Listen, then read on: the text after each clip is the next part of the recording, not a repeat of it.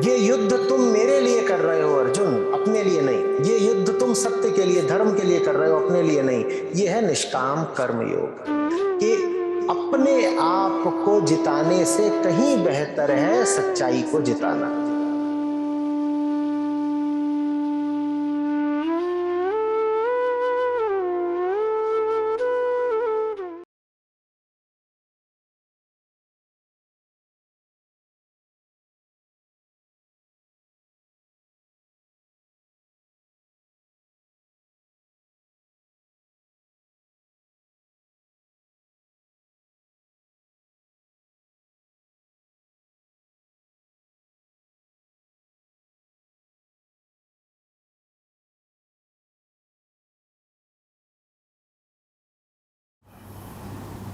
पार्वती जी तो महाराज में प्रवेश कर गईं, पर गोपियों ने शंकर जी को रोक दिया और कहा,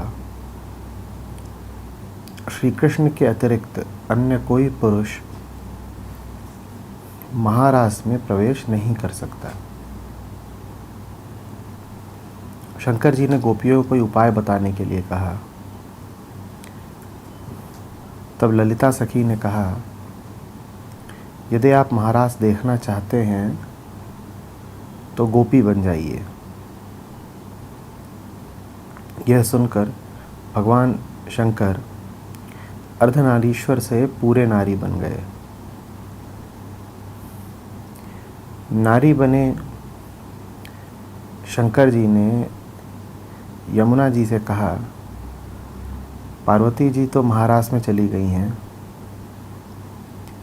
हम केवल भस्म लगाना जानते हैं, आप हमारा 16 श्रृंगार कर दीजिए। यमुना जी ने शंकर जी का श्रृंगार कर दिया और गोपी बने शंकर जी महारास में प्रवेश कर गए और नृत्य करने लगे। नाचते नाचते शंकर जी का घूंघट हट गया और उनकी जटाएं बिखर गई। श्री कृष्ण ने गोपी बने शंकर जी का हाथ पकड़कर आलिंगन करते हुए कहा, ब्रजभूमि में आपका स्वागत है महाराज गोपीश्वर। भगवान शंकर ने श्री राधा कृष्ण से वर मांगा कि मैं सदैव वृंदावन में आप दोनों के चरणों में वास करूं। यही एक ऐसा मंदिर है जिसमें भगवान शिव लहंगा, ओढ़नी, ब्लाउज, नथ, बिंदी, टीका, कर्णफूल पहने हुए गोपी के रूप में विराजित हैं।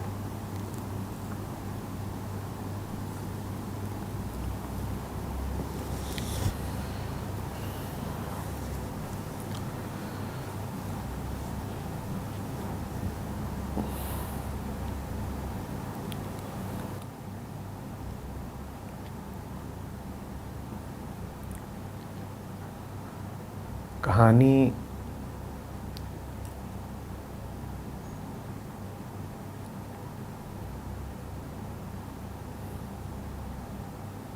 में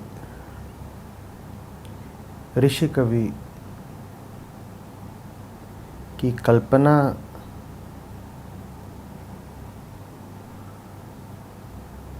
के पर तो लगे ही हैं, उन्हीं से वो उड़ान भरती है।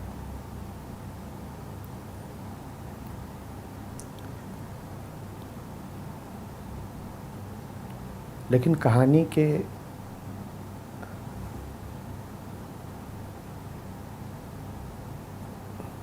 हृदय में प्राण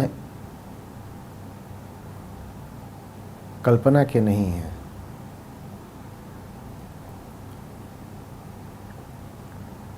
कहानी के केंद्र में जो बात है वो कल्पना से कहीं ज़्यादा गहरी है।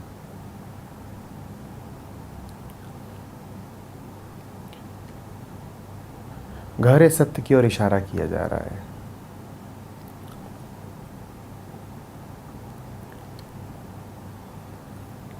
नृत्य है, रंग हैं, श्रृंगार है, उल्लास है,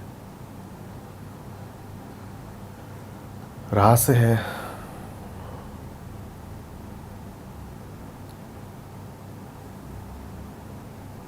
कथा में और भी कुछ है।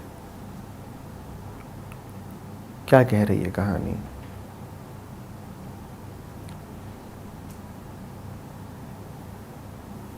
शंकर प्रतीक हैं उस ऊंचे से ऊंचे के जो हो सकता है।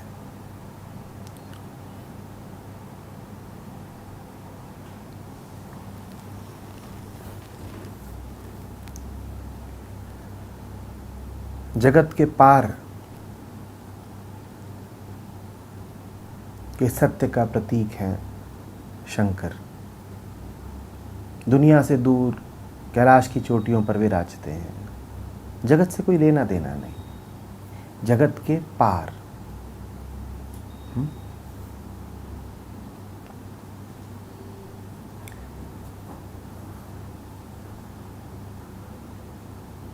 कहानी कहती है कि जब जगत में कोई अवतार उतरता है, जब यही संसार अवतार के स्पर्श से निर्मल होकर के अपनी नैसर्गिक अवस्था को प्राप्त होता है, तो ये संसार इतना सुंदर, इतना अद्भुत हो जाता है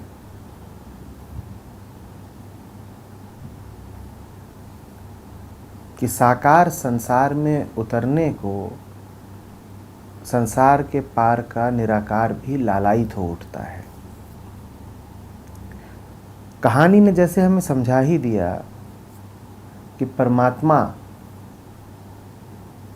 को क्या पड़ी थी ब्रह्मांड की रचना करने की, क्या पड़ी थी? उसे रास खेलना था।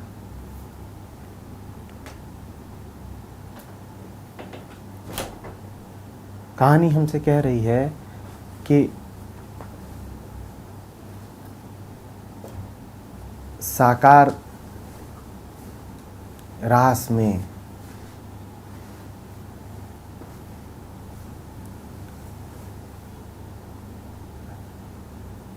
मृत्यु धर्मा शरीरों के श्रृंगार में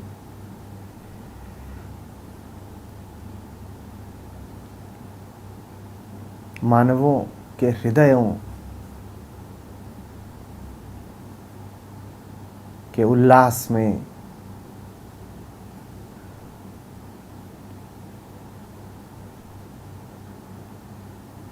जो रस है उसकी बात कुछ ऐसी निराली है कि उसके लिए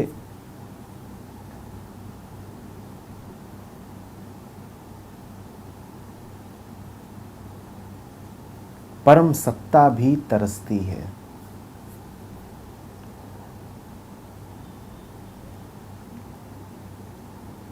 कहने को तो संसार में सब सीमित है,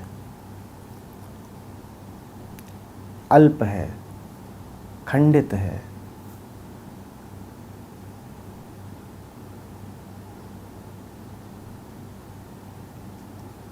दुख है,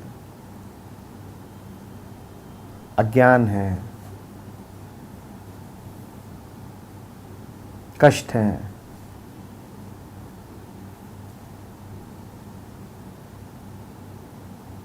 लेकिन रास भी इसी संसार में ही संभव है।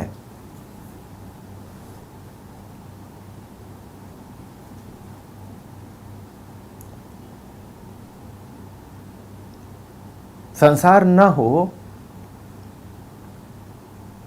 तो रास भी नहीं होगा।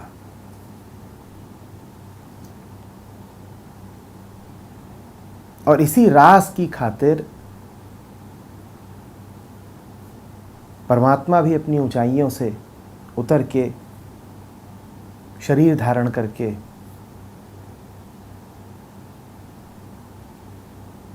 संसार में मनुष्यों का भेष बना के मनुष्यों के नियम कायदों का पालन करके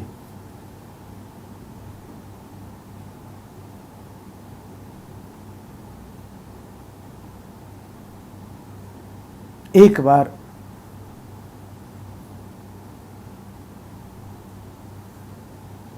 गोपियों की सी आम जिंदगी जी लेना चाहता है।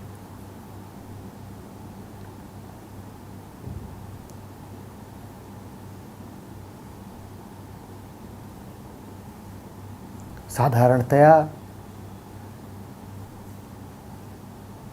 इतना क्लेश है संसार में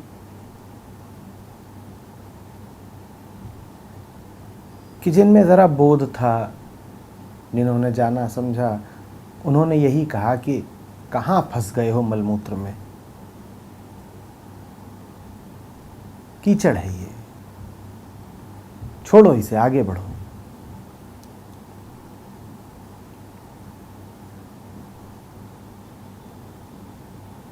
ये वो लोग थे जो निम्नतम तल से ऊपर के लोग थे। निम्नतम तल पर वो हैं तो कीचड़ में ही फंसे हुए हैं, वहीं दुर्गंध है, वहीं घाव हैं, वहीं कष्ट हैं, और उससे बाहर आना भी नहीं चाहते। निम्नतम तल पर आम संसारी है।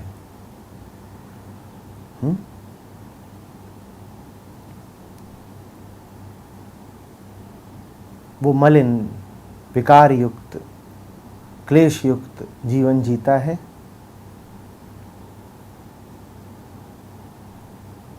और उसके मन में कोई संभावना भी नहीं उठती है रिहाई की, मुक्ति की। तो जिन्होंने जरा समझा, उन्होंने कहा इससे बाहर आओ ना, क्यों अपनी दुर्गति करा रहे हो, कहां फंसे बैठे हो।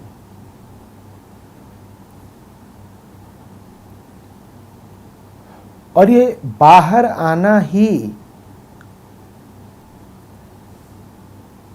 आध्यात्मिकता का बड़ा आदर्श रहा है। संसार से रिहाई,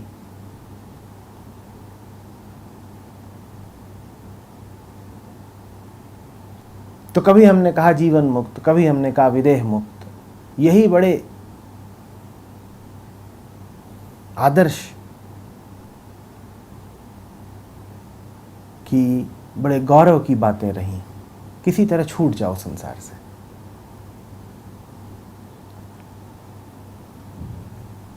कहानी बड़े रुचिकर ढंग से हमें उससे भी आगे की किसी संभावना की झलक देती है। वो संभावना ये है कि जो ऊंचे से ऊंचा हो सकता है,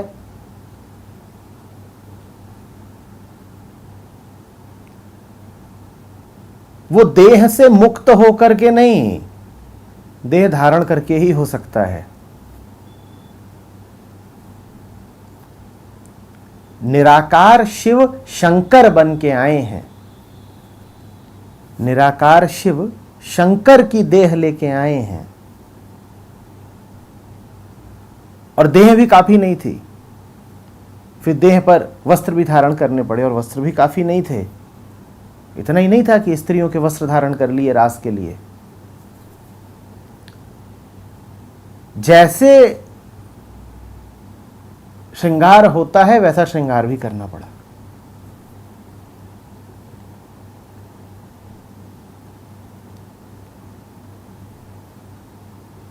ये देह मुक्ति और जीवन मुक्ति से आगे की बात हो गई। ये परम आध्यात्मिकता हो गई।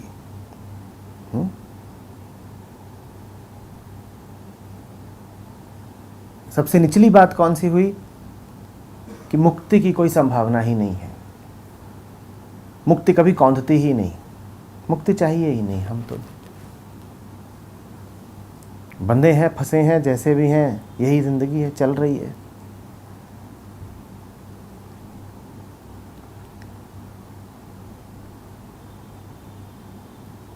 तमसा हावी है,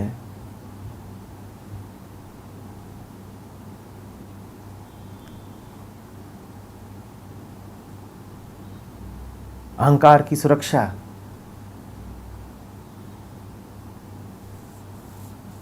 किसी नए की ओर जाने ही नहीं देती। जो जैसा है बस उसको हम वैसा ही चलने देते हैं। ये सबसे निचला तल है। इससे ऊंचा तल हुआ कि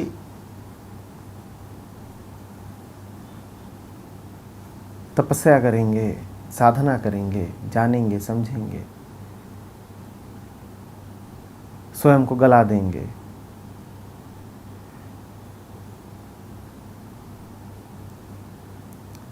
और वृत्तियों के इस मृत्यु लोक के पार निकल जाएंगे।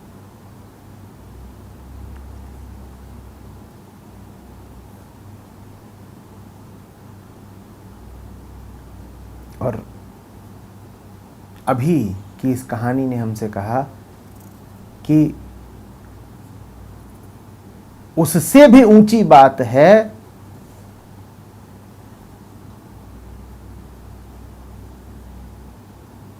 संसार में रहे आना, यहीं जीना, पर ऐसे जीना जैसे रास में हो।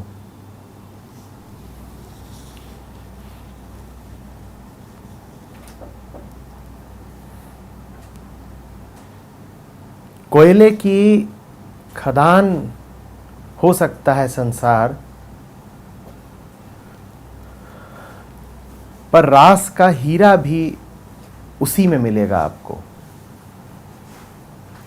और वो हीरा इतना कीमती है कि उसको पाने के लिए इंसान क्या, भगवान भी तरसते हैं। यही कारण है कि परंपरागत रूप से कभी कभी कहा जाता है कि देवता इत्यादि भी मनुष्य योनि धारण करने को लालायित रहते हैं।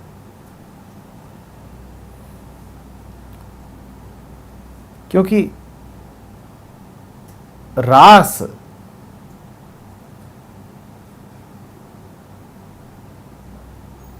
सिर्फ संसार में ही हो सकता है।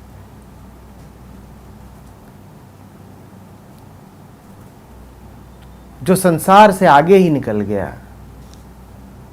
अभिलंघन कर गया,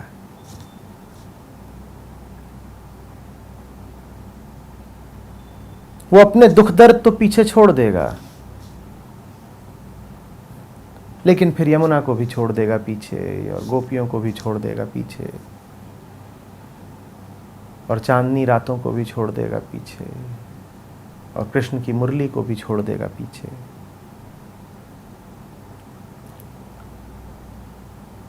कहानी हमसे कहती है, रखा क्या है ये पीछे वगैरह छोड़ने में,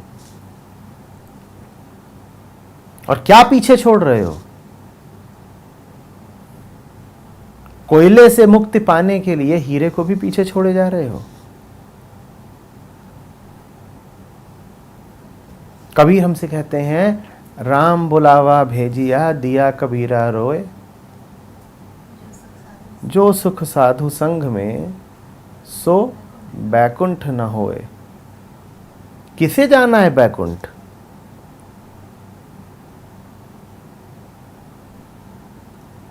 इस दुनिया में ही ऐसा कुछ है जिसमें बैकुंठ से आगे का आनंद है। राम बुला रहे हैं, कबीर राजी नहीं जाने को। राम बुला रहे हैं, अजीब बात। वो राम जिनकी आरजू कबीर जिंदगी भर करते रहे, वो राम जिनको कबीर संपूर्ण निष्ठा के साथ समर्पित हैं, और वो राम बुला रहे हैं, तो ऐसा नहीं कि कबीर हिचकिचा ही भर गए हों। कहते हैं, राम बुलावा भेजिया दिया कबीरा रोए। वो रो पड़े हैं कि अरे राम ने बुला लिया। कबीर को नहीं जाना राम के पास। जो सुख साधु संग में सो बैकुंठ न होए। इस दुनिया में ही अगर आपको सही संगत मिल गई, अगर साधु की संगत मिल गई, तो जो रस है, जो बात है, वो निर्गुण निराकार राम के पास नहीं मिलेगी आपको। और अगर साधु संग में आप बैठे हैं तो आप इतने आकर्षक हो जाएंगे कि राम उतर के आएंगे। जीसस हमसे कहते हैं कि जहां 4-5 लोग बैठ करके उसका नाम ले रहे होते हैं वो वही पहुंच जाता है। जहां मंडली बैठती है, जहां चौपाल जमती है,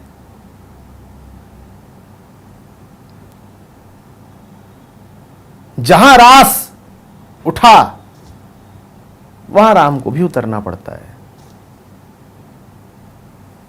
वहां शिव को भी उतरना पड़ता है।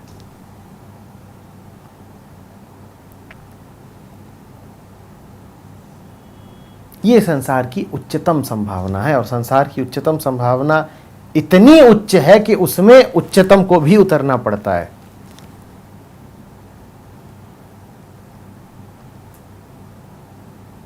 तो कृष्ण यमुना की रेत पे बंसी बजाते हैं और गोपियां मग्न हैं, नृत्य चल रहा है, सब अभिभूत, कोई अज्ञात संवेग सबके हृदयों को जकड़े हुए है।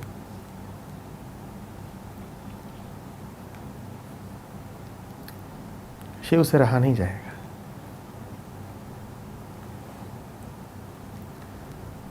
कबीर साधुओं के साथ बैठे हैं और उठ रहे हैं भजन, वो भी रास ही है। सुनो भाई साधो, एक के बाद एक, सुनो भाई साधो, मंडली जमी हुई है। राम से रहा नहीं जाएगा, राम खुद उतरेंगे। राम कहेंगे मेरा बुलावा छोटी चीज है, मेरा बुलावा अभी कबीर न मानेगा, मैं ही चला जाता हूं।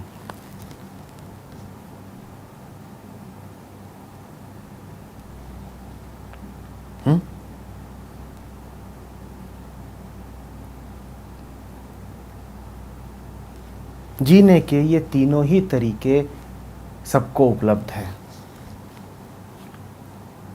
कहानी हमें बता देती है कैसे जीना है।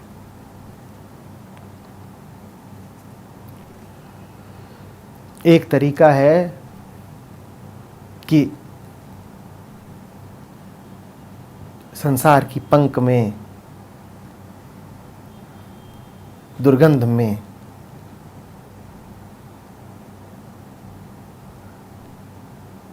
मल में लिपटे पड़े रहो और कह दो यही तो जीवन है, इसके अतिरिक्त साधन क्या।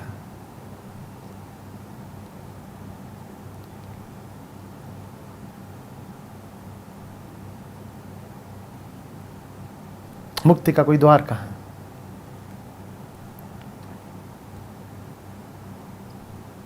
दूसरी यह है कि तुम मुक्ति तलाशो, पर तुमने मुक्ति ऐसी तलाशी कि संसार का ही परित्याग कर बैठे। ये भी उनसे तो बेहतर ही हैं जो संसार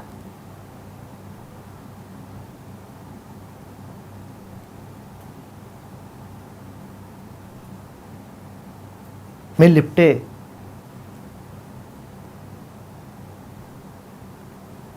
पड़े रह गए, उनसे तो बेहतर ही। ये दुख से तो मुक्ति पा ही गए।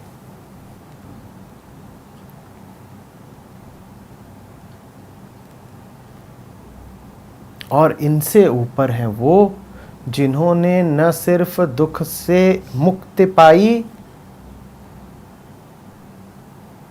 अपितु भाव विभोर रसपूर्ण आत्मिक आनंद भी पाया। कहानी जरा भेद करती है इन दोनों स्थितियों में। कहानी कहती है कि मात्र दुख से मुक्ति ही आनंद नहीं है, दुख से मुक्ति और आनंद में अभी जरा सा फासला होता है। दुख से मुक्ति पूरे तरीके से नकार की बात है। दुख से मुक्ति माने समस्त तरीके के द्वैत से मुक्ति, दुख सुख दोनों से मुक्ति। और आनंद में होता है कि दुख सुख से तो मुक्ति ही और मुक्ति की इच्छा से भी मुक्ति, ये जरा सा फासला है।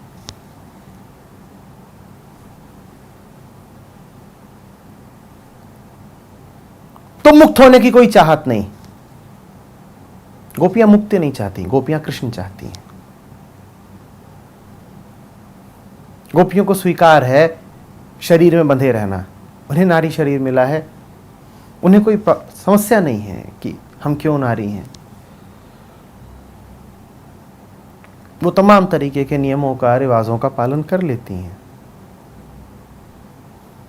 उन्हें संसार एक जकड़न नहीं लगता।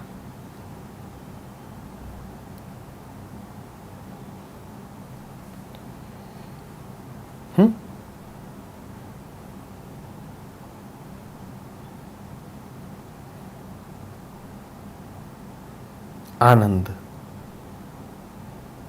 जब मुक्ति भी नहीं चाहिए, जब सहर्ष तैयार हैं आप बंधन उठा लेने के लिए, आप ऐसे और इतने मुक्त हो गए हैं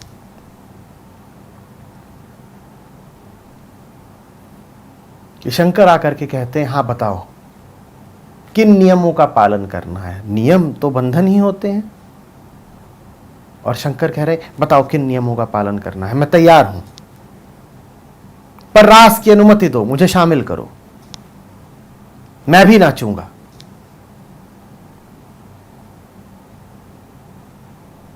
तुम कीमत बताओ। और गोपियां बड़े हक से कीमत बताती हैं। ललिता सखी कहती हैं, ये पुरुष वगैरह नहीं चलेगा, स्त्री बन के आइए। अर्थ समझते हैं? स्त्री बनने का अर्थ है पूर्णतया प्राकृतिक होकर के आइए।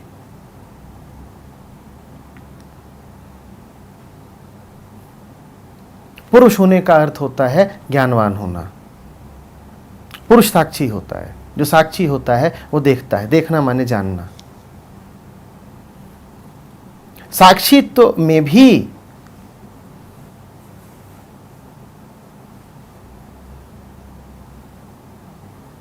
जरा सा ज्ञान तो बच ही जाता है। सब साफ हो जाता है, लेकिन अहंकार का एक जरा सा निशान तो छूट ही जाता है। कोई तो है जो जान रहा है। तीन अवस्थाएं होती हैं, तीनों को देखने वाला चौथा तुरीय साक्षी कहलाता है। लेकिन चूंकि साक्षी भी अभी आखिरी नहीं होता, पुरुष भी अभी आखिरी नहीं होता, तो इसीलिए फिर तुरीयातीत की बात करनी पड़ती है। वही कह रही हैं गोपियां, पुरुष होना नहीं चलेगा। पुरुष हो तो अभी अहंता है, लेश मात्र ही है, पर है तो।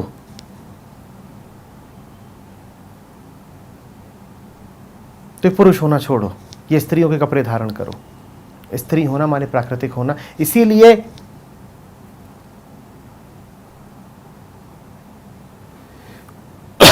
शिव का श्रृंगार करती हैं यमुना, नदी। प्रकृतिस्थ होना हो तो नदी के पास जाओ। नदी वो प्रतीक है, नदी वो साधन है जो सदा से तुम्हें प्रकृतिस्थ करने का काम करती रही है। तो कहानी कहती है कि यमुना जी ने शिव का श्रृंगार किया। यमुना ने शिव की मदद की स्त्री बन जाने में। आपकी भी मदद करेगी। नदी के पास जाइए।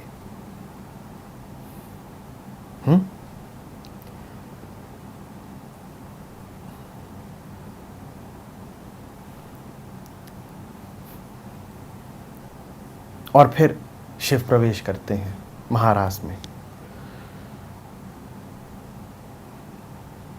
हमसे कहा जा रहा है कि कृष्ण की बंसी की धुन पर नाचने में जो आनंद है वो कम से कम कैलाश की नीरवता के समतुल्य है, और जहां तक हमें दिखाई पड़ता है वो कैलाश की नीरवता से बढ़कर है।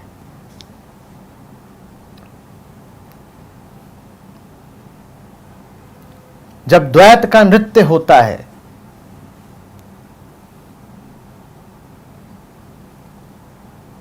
तब उतरता है विशुद्ध अद्वैत।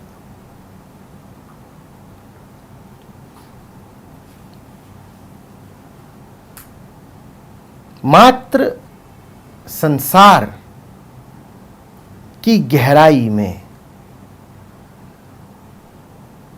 समस्त प्रकार के द्वैतों के घर्षण में और आलिंगन में, आलिंगन के लिए दो चाहिए ना, द्वैत तो हो गया।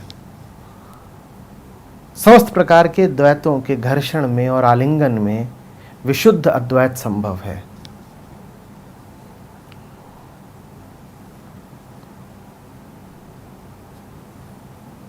जो अद्वैत द्वैत से कट करके कहीं बैठा हो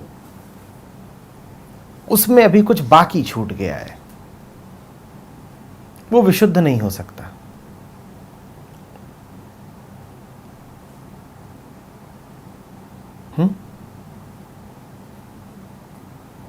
अद्वैत कुछ ऐसा हुआ जैसे मेहंदी की लाली। आप कहें मुझे तो लाली चाहिए, मेहंदी हटा दो, तो ये लाली बहुत दिन चलेगी नहीं।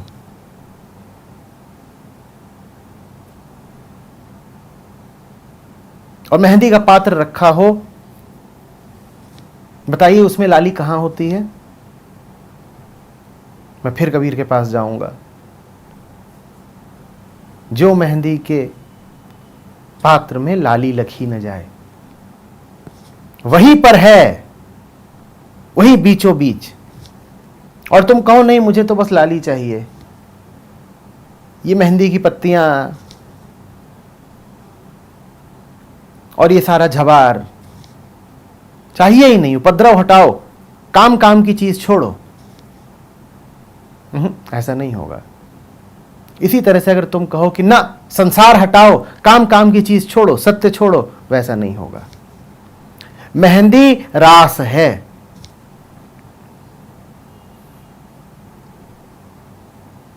उसी रास में रस होता है। रास हटा दो, रस भी गया।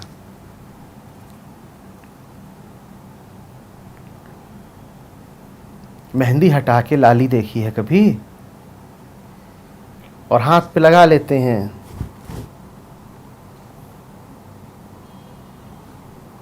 फिर कहते हैं लाल लाल चाहिए, हरा हरा धो देंगे। तो जो लाल लाल होता है वो फिर कितने दिन बचता है? जिस क्षण आपने धो दिए हाथ, उस क्षण से उल्टी गिनती शुरू हो जाती है। ये हाथ पर लगी मेहंदी भी फीकी पड़नी शुरू हो जाती है, कुछ दिन बाद उतर ही जाती है।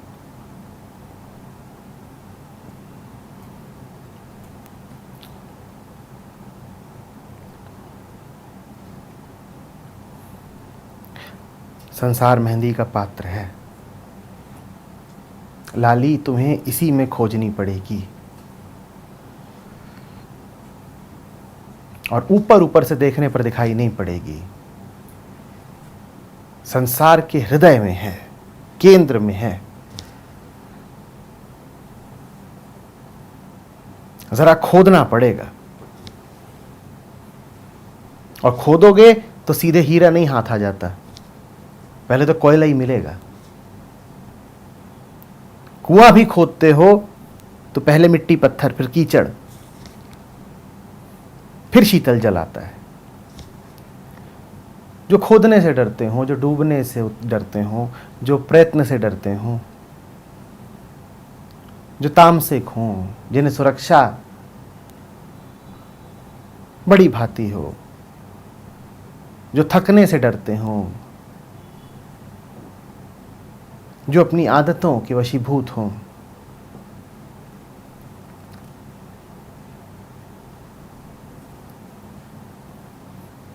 उन्हें हीरा तो छोड़ दो, कोयला भी नहीं मिलेगा।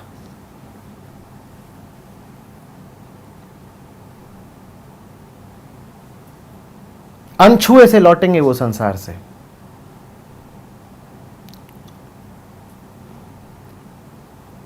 बड़े गंदे लौटते हो तुम जब अनछुए लौटते हो।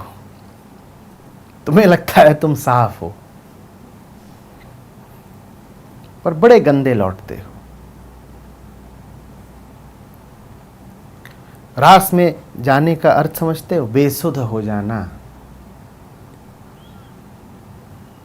प्रकृति की अपनी कोई व्यक्तिगत चेतना नहीं होती,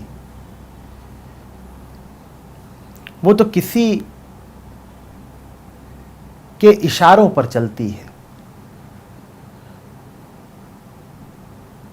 व्यक्तिगत चेतना माने विचार, व्यक्तिगत चेतना माने अहम की भावना।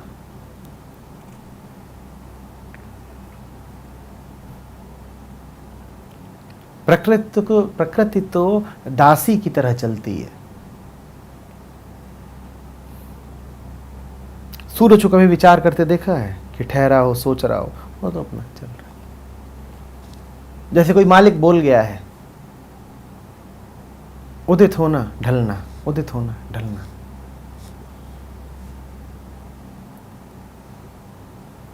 चांद कभी विचार नहीं करता, आज पूरा क्यों, आज आधा क्यों, क्यों ना सदा पूरा ही रहा हूं, क्यों ना सदा के लिए छुप जाऊं। उसको जो कह दिया गया वो करे जा रहा है।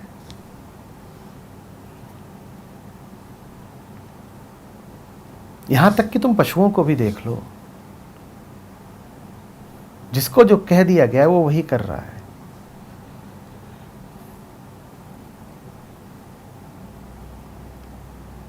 खरगोश को देखो, तुमने उसे कभी खरगोश के अतिरिक्त कुछ और होते देखा है?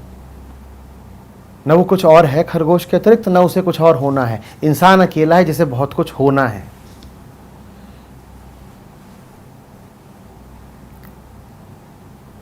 प्रकृतिस्थ हो जाने का अर्थ है कुछ और हो जाने की इच्छा से मुक्ति। प्रकृतिस्थ हो जाने का अर्थ है अपने जीवन की कमान अपने हाथ में लेने की इच्छा से मुक्ति। प्रकृति में सब कुछ विनीत है, झुका हुआ है एक के आगे। इसीलिए ललिता सखी ने शिव से कहा कि तुम स्त्री बनो, पहले प्रकृतिस्थ हो जाओ, पहले झुक जाओ। ये ऐसा नहीं है कि किसी शर्त का जबरन पालन कराया जा रहा है। सच तो यह है कि अगर स्त्री नहीं होगे तो तुम्हें रास में अनुमति दे भी दी गई प्रवेश की, तो तुम्हें रास का कुछ पता नहीं चलेगा। रास का अर्थ ही है बेसुध हो जाना, अपने ऊपर से अपना नियंत्रण छोड़ देना, किसी और की बंसी का गुलाम बन जाना। जो अपने मालिक खुद बने रहने को तत्पर हैं,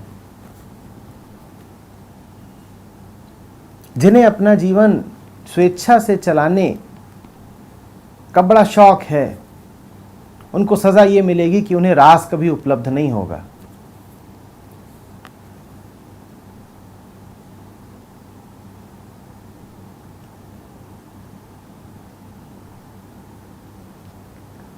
रास तो बेहोशी है, रास तो गुलामी है, ऊंची से ऊंची गुलामी है। इतनी ऊंची गुलामी है कि उस गुलामी को पाने के लिए जो परम मुक्त है वो स्वयं बेड़ियां पहनने आया है। बताओ गुलाम कैसे बने, बताओ किन शर्तों का पालन करें, बताओ क्या मूल्य चुकाएं, हमें गुलामी चाहिए। और एक साधारण सी गोपी कहती है, ये पौरुष नहीं चलेगा,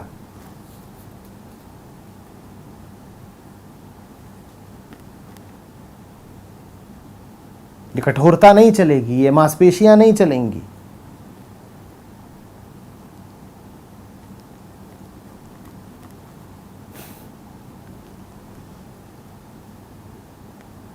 ये वज्रता नहीं चलेगी। जाओ जरा लचक लेकर के आओ।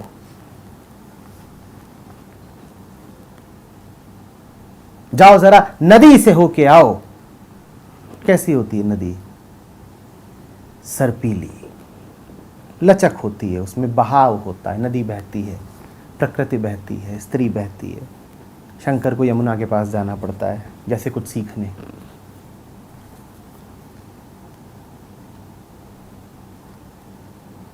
पार्वती को प्रवेश मिल गया था, शंकर अटक गए। कोई सबक है जो तुम्हें अभी सीखना है, वो सीखो पहले, तभी रास का रस मिलेगा।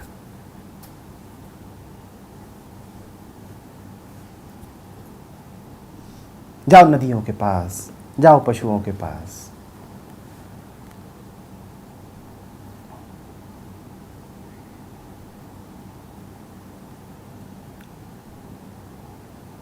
त्याग दो अपने मन से भाव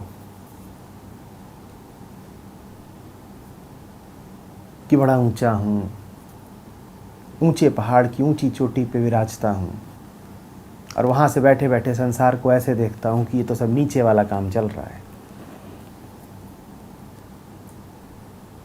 ऊंचे शिखर पर विराजमान है शंकर और नीचे देख रहे हैं, वो देखो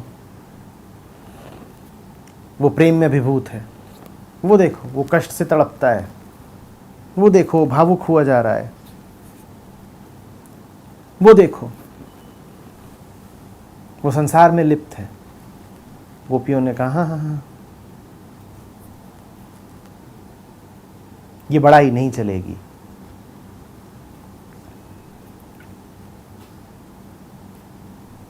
आओ जरा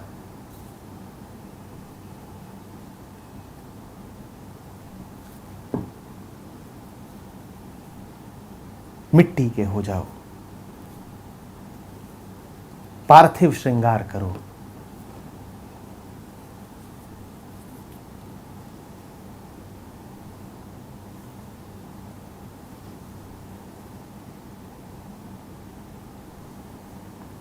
और ये आसान नहीं होता। इन शर्तों का अनुपालन मात्र कोई शंकर ही कर सकता है।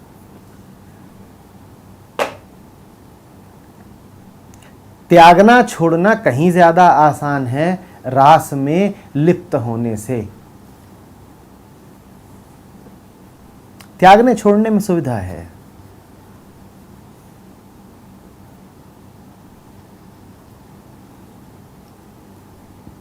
इधर उधर का त्याग के त्यागी बनकर तुम अपने आप को तो बचा ले जाते हो ना।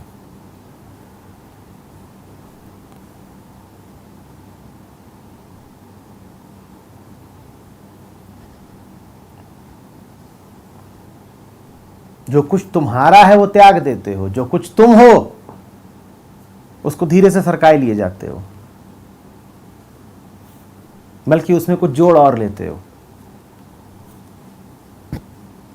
सब त्याग वाक्य आए हैं, बड़े साहब हैं।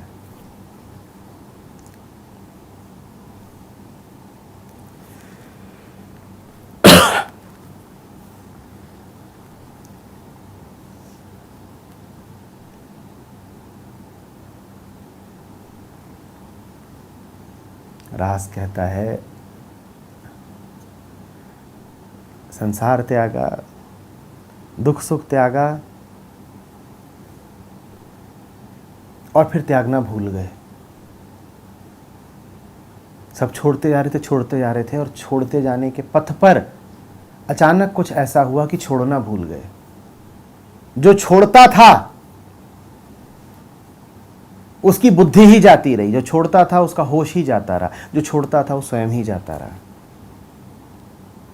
तो अपने लिए जो लक्ष्य लेकर बैठा था, अपने लिए जो तरकीब बनाकर बैठा था, वो तरकीब ही भूल बैठा, मानो उसने अपनी तरकीब ही त्याग दी। अब बौरा सा घूमता है, अब तो कहीं से हवा पर तैरती बंसी की पुकार आ जाती है तो घर चल देता है। मन में भाव ही नहीं उठता कि बंसी को त्याग दूं, नृत्य को त्याग दूं, यमुना की रेत को त्याग दूं, श्रृंगार को त्याग दूं, कृष्ण को त्याग दूं। भूल ही गया, होश ही चले गए खोने के।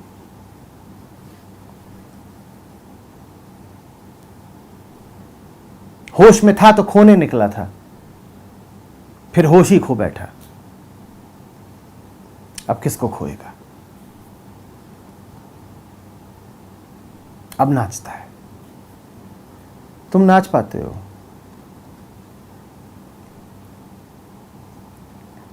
नाच पाते हो तो ठीक,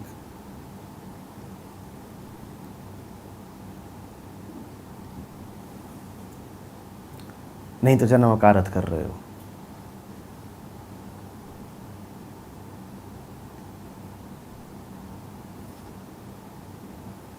दुनिया दौड़ भाग का नाम है।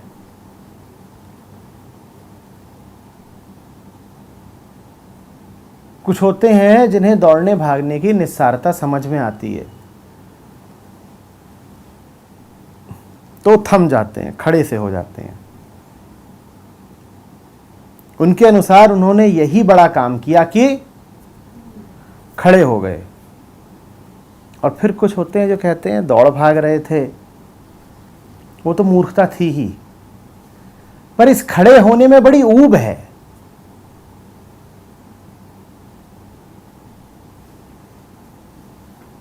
कुछ कमी सी रह गई, कुछ तृप्ति नहीं मिलती। कुछ ऐसा नहीं हो सकता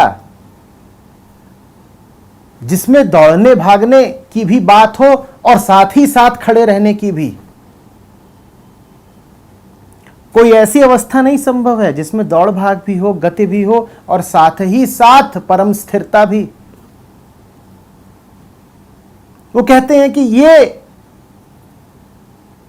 अभिशाप हमें मिले ही क्यों कि चुनाव करना पड़ेगा कि या तो दौड़ो भागो, गतिशील रहो, या स्थिर हो जाओ। वो कहते हैं नहीं, हमें तो दोनों चाहिए एक साथ। दौड़ना भागना द्वैत की बात, स्थिर हो जाना अद्वैत। वो कहते हैं चुनाव नहीं चाहिए कि या तो द्वैत चुनो या अद्वैत चुनो। और अगर द्वैत या अद्वैत ऐसा चुनाव हमारे सामने लाया जा रहा है तो फिर अद्वैत कहां हुआ? फिर तो द्वैत और अद्वैत किसी और द्वैत के दो सिरे हो गए, क्योंकि अद्वैत तो वो जिसका कोई विपरीत ना हो, जहां कोई चुनाव ना हो। तो कहते हैं ये बात हमें मंजूर नहीं कि पहले अंधी दौड़ में शामिल थे और अब उस अंधी दौड़ से अलग हट करके जड़ खड़े हो गए हैं। कहते हैं कुछ और चाहिए जिसमें गति हो, आवेग हो,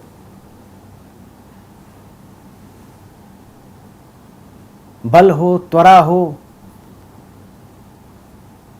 समय हो, बदलाव हो, और साथ ही साथ स्थिरता की शांति। एक अविच्छिन्न ठहराव जिसे कोई तोड़ ही नहीं पाता। वो फिर नृत्य में उतरते हैं।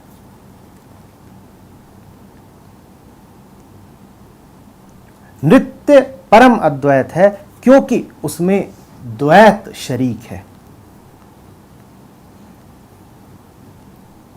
नृत्य में बाहर बाहर गति है और भीतर भीतर गतिहीनता। जो नृत्य में है वो परमात्मा के बहुत निकट हो गया, क्योंकि परमात्मा भी लगातार नाच ही रहा है। नटराज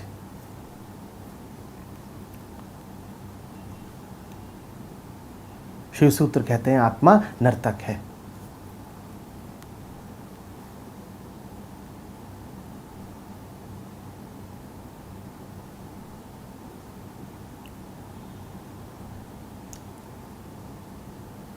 हृदय पर स्थिर है परमात्मा और परिधि पर गतिशील। ये ब्रह्मांड और कुछ नहीं है, परमात्मा की परिधि है। परमात्मा के नाच को अस्तित्व कहते हैं, ब्रह्मांड कहते हैं।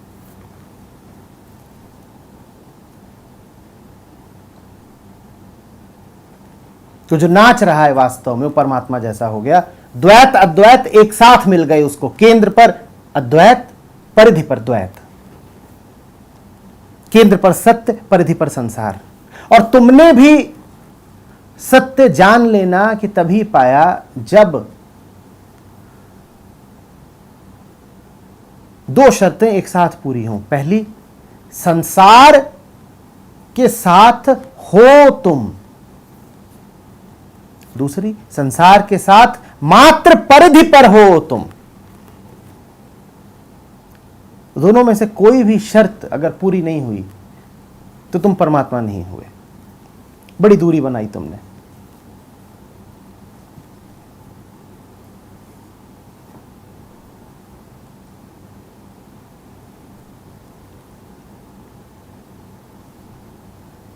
अहंकारी मन की सजा ये होती है कि वो नाच नहीं पाता।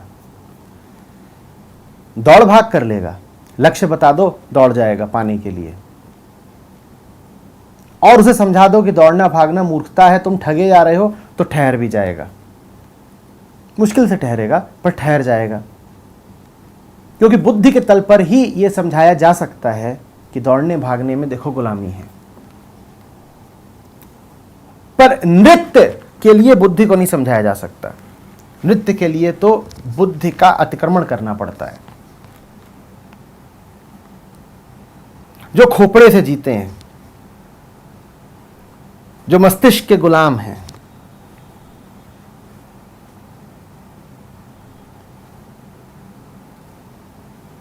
उनको देखना वो कैसे डरेंगे नाचने से। उन्हें आमंत्रण दो, आओ नाचो। कहां बंधे हुए फंसे हुए हो, आओ नाचो। वो कहेंगे नहीं हमें काम है, हम नाच वगैरह नहीं सकते।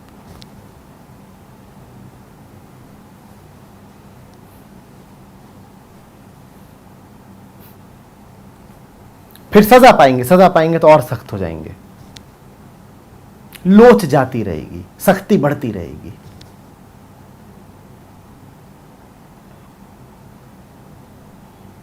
सख्ती का अर्थ जानते हो क्या होता है? मृत्यु।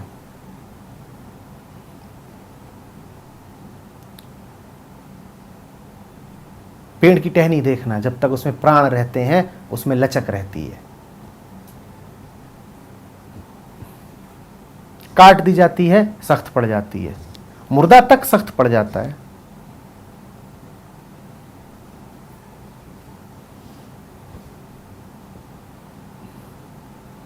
कुछ घंटे हो गए हैं, यदि किसी को मरे हुए और उसका हाथ अगर सीधा है तो अब आप उसका हाथ मोड़ नहीं पाएंगे। जिस हालत में वो मरा था, हाथ सीधा था, टांग सीधी थी, तो वो सीधी ही रह जाएगी। नाच का मतलब होता है मुड़ने की, तोड़ने की तैयारी। नदी जैसा हो जाने की विनम्रता कि पत्थर सामने आया तो मुड़ गए। सख्ती नहीं है, विरोध नहीं है, जीवन का नकार नहीं है, जीवन की खिलाफत नहीं है कि जीवन आमंत्रण दे रहा है और मना कर रहे हैं। जो व्यक्ति नृत्य में नहीं उतर सकता, उसकी एक पहचान ये होगी कि वो जीवन के आमंत्रण ठुकराने में बड़ा यकीन रखेगा। आप उसे आमंत्रित करिए, उसके पास एक ही जवाब होगा, ना।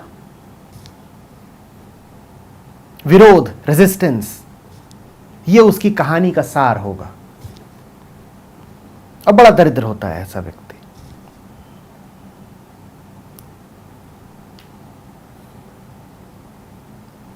जीवन उसे लगातार आमंत्रित कर रहा है और उसके पास एक ही जवाब होता है, ना।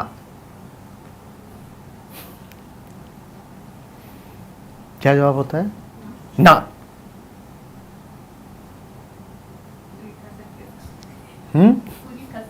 पूरी ठसक के साथ ना। भाई खेलने चलेगा? ना। भाई नाचने चलेगा? ना। भाई घूमने चलेगा? ना। भाई तू कर क्या सकता है? हम जहां हैं हम वहीं रह सकते हैं, ये कर सकता है भाई।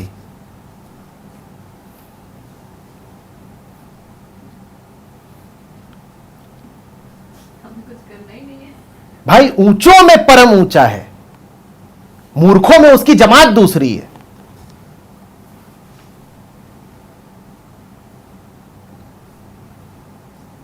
जब भी जड़ बुद्धियों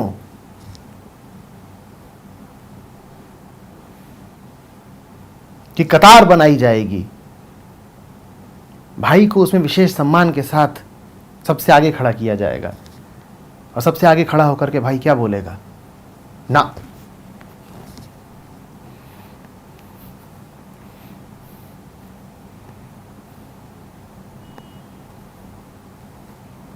रिदम नाचेगी।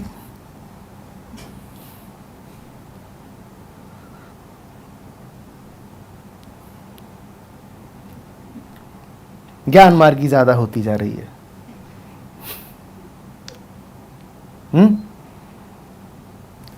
यह भाइयों की सोहबत का असर है।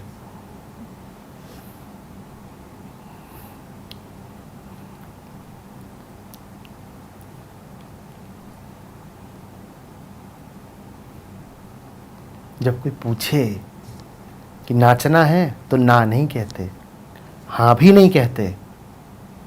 क्या करते हैं? नाचने लग जाते हैं। हाँ कहने जितनी देर भी कौन करे?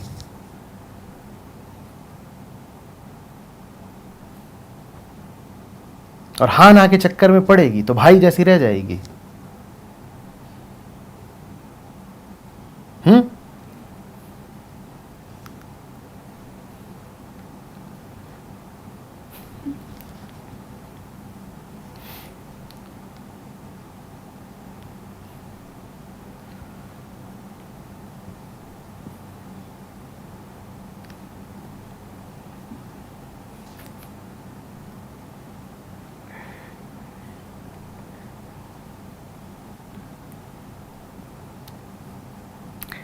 रास कोई विशिष्ट घटना नहीं है। मैं बार बार नृत्य नाच इत्यादि कह रहा हूँ तो ये मत सोच लीजिएगा कि हाथ पाँव कोई घुमा रहा है और संगीत है तो ही रास है। ये सब तो रास के बड़े स्थूल चिन्ह हैं। रास का मतलब होता है नृत्यात्मकता। नृत्यात्मकता कि आप चल भी रहे हो तो ऐसे चल रहे हो जैसे नाच रहे हो। क्या आप बैठे भी हो तो ऐसे बैठे हो जैसे नाच रहे हो। कह रहे हो, सुन रहे हो, पढ़ रहे हो, आ रहे हो, जा रहे हो, खेल रहे हो, कूद रहे हो। जो भी कर रहे हो उसमें एक सौंदर्य है, एक अकथनीय विलास है जिसे परिभाषित नहीं किया जा सकता। यह है नृत्यात्मकता। जीवन में नृत्यात्मकता होनी चाहिए।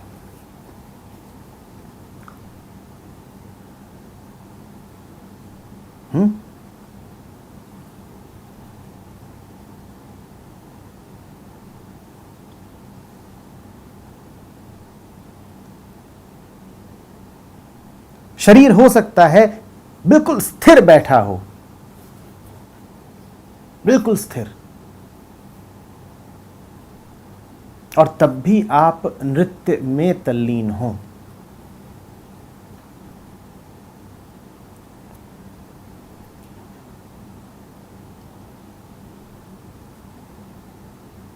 तब आपने नृत्य जाना।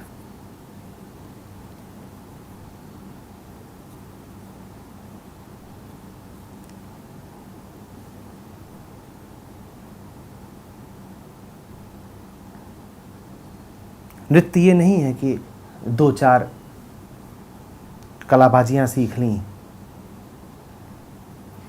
कुछ हरकतें सीख ली शारीरिक और उन्हीं को दोहरा रहे हो। अभ्यास कर करके उन पर महारत हासिल कर ली तो देखने में जरा आकर्षक लग रहा है। टीवी इत्यादि पर ये टैलेंट शोज और रियलिटी शोज में जो देखते हो उसे नृत्य नहीं कहते। वो कोई बहुत ही भौंडी गतिविधि है।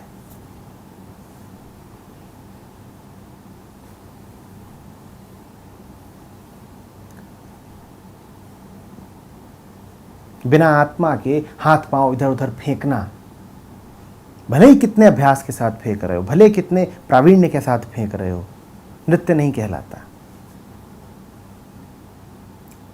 टीवी पर आप देखिएगा तो छोटे छोटे बच्चे होते हैं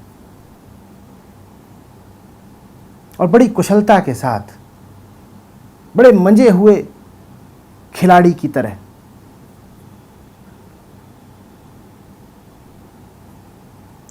जितने कदम होते हैं, जितनी क्रियाएं होती हैं,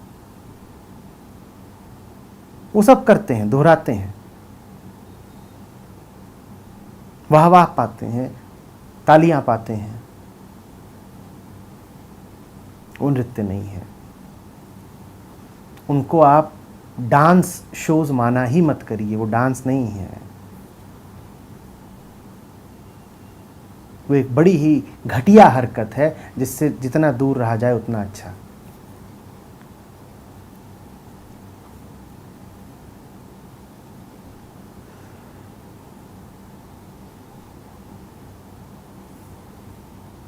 बुद्ध अगर चल भी रहे हैं तो नृत्य है, और टीवी पर जो नाचते हैं वो नाच भी रहे हैं तो नृत्य नहीं है।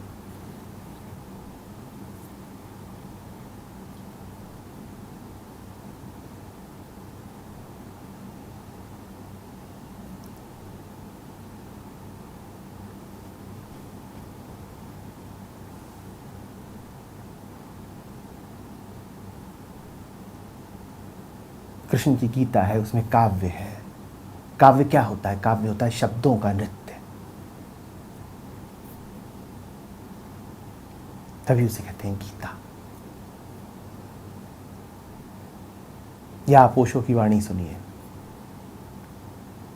आप शब्दों को नाचते हुए देखेंगे, आप जान जाएंगे नृत्य किसको कहते हैं।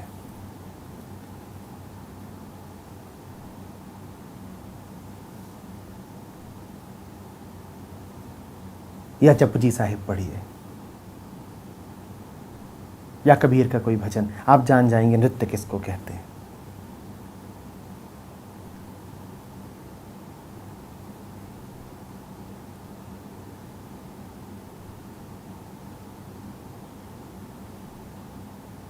या रोशनी के इर्द गिर्द किसी पतंगे को चक्कर काटते देखिए, आप जान जाएंगे नृत्य किसको कहते हैं।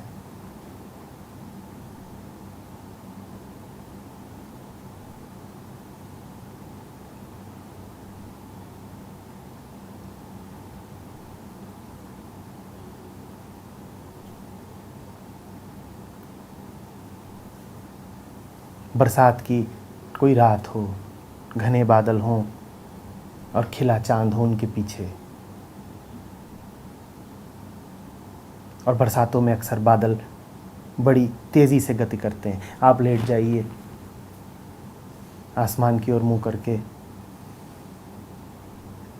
बादल बादल रहेंगे, घिरे रहेंगे। अचानक आसमान खुलेगा, थोड़ी देर को चांद नज़र आएगा, चांद के सामने से गति करते हुए बादल गुजर जाएगा, चांद पूरा स्पष्ट हो जाएगा। फिर एक दूसरा टुकड़ा आएगा तो चांद को आच्छादित कर लेगा। आप जान जाएंगे नृत्य किसको कहते हैं। सब नाच रहे हैं।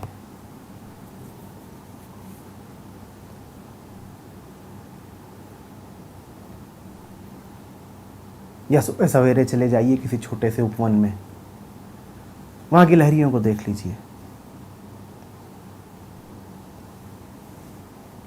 वो तो नृत्यरत ही रहती हैं और गाती भी रहती हैं। क्या गा रही हैं शब्दों से नहीं समझ पाएंगे। एक ऊपर चढ़ी, एक नीचे उतरी, एक दाएं गई, एक बाएं गई, फिर अचानक दो आमने सामने आएंगी और नाक से नाक मिला करके दो क्षण को रुक जाएंगी। कुछ बात होगी, कुछ आदान प्रदान हुआ, और फिर एक इधर निकली, एक इधर निकली, और फिर अचानक एक खड़ी हो गई, उसके हाथ में कोई फल आ गया, दो क्षण उसने उसको चबाया, फिर आगे बढ़ी, जोर से भागी, अचानक ठिठकी, ठिठक के रुक गई है, और रुकी हुई है, रुकी हुई है, रुकी हुई है, रुकी हुई है। और जब आपको लगता कि रुक ही गई तो अचानक फिर द्रुत गति। ये नृत्य है। किसी ने इसके कायदे नहीं निर्धारित किए, किसी ने नहीं बताया कि ऐसा कदम, फिर ऐसा कदम, फिर ये करो, फिर ये करो।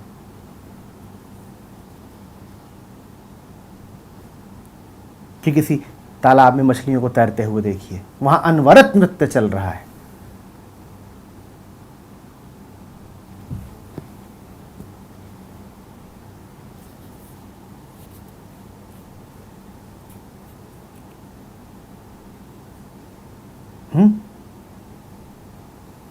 बड़ी मछली, छोटी मछली, काली मछली, पीली मछली, ऊपर मछली, नीचे मछली, सारी मछलियां तालाब में हैं, पानी के बीचों बीच हैं और नाच रही हैं और नाच रही हैं और नाच रही हैं। और भाई किनारे पर बैठा हुआ है और भाई देख रहा है। जो बौरा डूबन डरा, रहा किनारे बैठ। एक छोटी सी मछली आती है, जरा सा पानी से मुंह बाहर निकालती है, कहती है आएगा? भाई कहता है ना।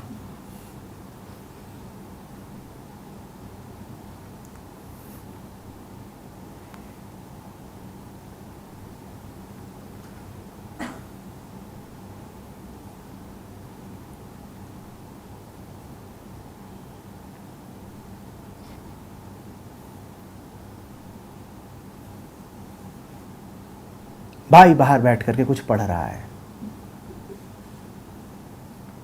साधना में उद्यत है। क्या पढ़ रहा है? भाई बाहर बैठ करके शिव पुराण पढ़ रहा है।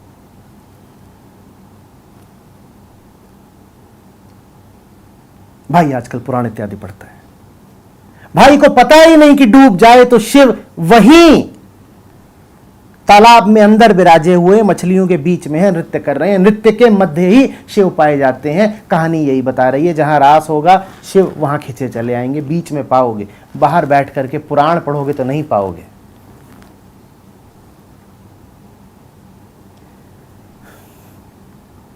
जहां खेल चलता हो, जहां नाच चलता हो, वहां डूब जाओ, खो दो अपने आप को, बेहोश हो जाओ। उसको पा लोगे जो तुम्हें ग्रंथों से नहीं मिलेगा, बुद्धि से नहीं मिलेगा।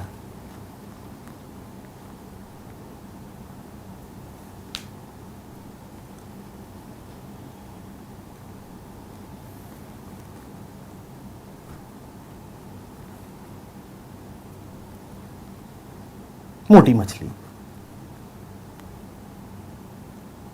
गोरी मछली, काली मछली, खबोड़ मछली, सब तरह की मछलियां हैं। और सब क्या कर रही हैं? कुछ खा भी रही हैं रुक के बीच में। वो खाना भी नृत्य है। जीवन ही नृत्य है, यदि जीवन के केंद्र में कृष्ण बैठे हैं।